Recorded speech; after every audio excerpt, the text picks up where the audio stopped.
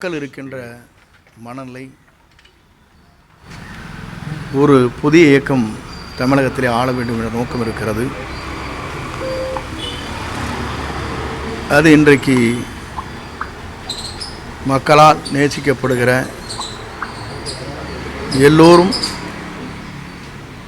புதிய வரவாக வர வேண்டும் என்ற நோக்கத்தோடு தான்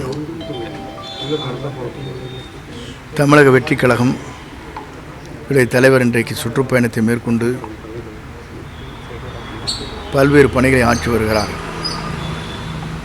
அவருடைய பணிகளை பொறுத்தவரையிலும் 2026 என்பது மக்கள் சக்தியால் ஆட்சி பீடத்திலே அமர்கிற காலம் உருவாகும்.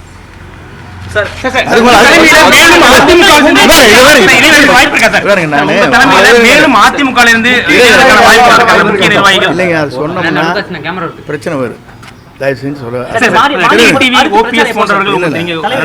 கலந்து பேசி முடிவு சொல்லணும்னு சொல்லி அவங்க கணக்காக நம்ம ஒன்று நேற்று ஜாயின் பண்ணுங்க. நேற்று அமாசை மாதிரியால் வந்துட்டு போயிட்டேங்க.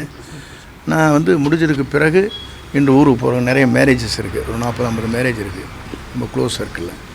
அட்டன் பண்ணிவிட்டு வருவேன். வந்ததுக்கு பிறகு அவருடைய கலந்து பேசி என்ன முடிவுகளை மேற்கொள்ளலாம் என்பது அவருடைய கருத்து அறிந்து நான் சொல்லுவேன். மக்கள் சந்திப்பு இயக்கம் ஈரோட்டில் எப்போ நடத்த திட்டமிட்டிருக்கீங்க சார்? அவருடைய கலந்து பேசி அதற்கு பிறகு அவருடைய ஒப்புதல் பெற்றால் தானே அதை நடத்த முடியும். கட்சியினுடைய கட்டமைப்பை வலுப்படுத்த உங்களுடைய திட்டமிடல் என்ன இருக்கும், என்ன ஆலோசனை சொல்லியிருக்கீங்க சார்? ஏன்னா தலைமை ஒருங்கிணைப்பாளர் நீங்கள் தான் இருக்கிறீங்க. நான் பொதுவாக எப்படி நான் இது வரைக்கும் செயல்பட்டிருக்கேன்னு உங்களுக்கு தெரியும். எந்த முறையில் எந்த நிலையில் நின்று நான் பாடுபடுவேன் என்பது நீங்கள் அறிவீர்கள். ஆகவே அந்த நிலையில் நின்று ஆட்சி மாற்றத்தை உருவாக்கி அவருடைய தலைமையில் இந்த தமிழகம் வெற்றி நடை போடுவதற்கு அயராது உழைப்பேன்.